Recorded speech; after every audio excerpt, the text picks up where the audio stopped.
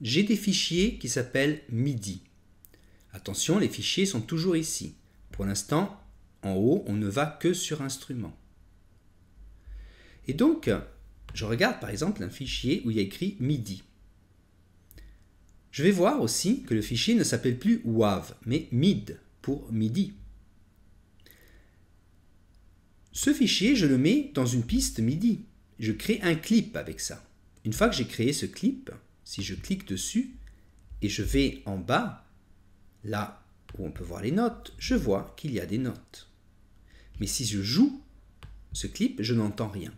Je n'entends rien parce que il n'y a pas d'instrument qui joue. C'est comme si vous avez une partition, mais vous n'avez pas d'instrument qui joue. Et donc, pour avoir un instrument, je dois monter ici, instrument. Par exemple, ici, j'ai les instruments, les basses. Je vais prendre la basse et je vais dire à cette basse de jouer. Donc ça, c'est la basse. Maintenant, on a l'instrument. Je clique ici en bas et là, je demande à jouer ces notes-là.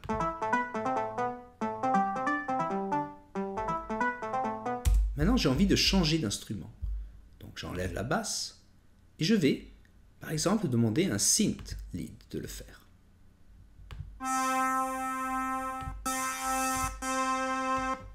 Je change l'instrument maintenant. Les notes sont toujours les mêmes, mais l'instrument a changé.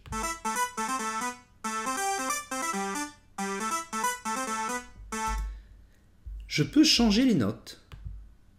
Je mets les écouteurs pour entendre. Ici.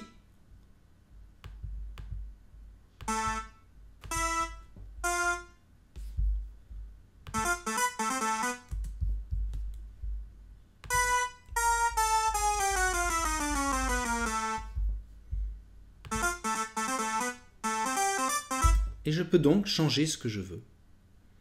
Rien m'empêche d'en faire différentes variations. De changer les instruments que je veux, de changer tout plus bas et de faire exactement ce que je veux.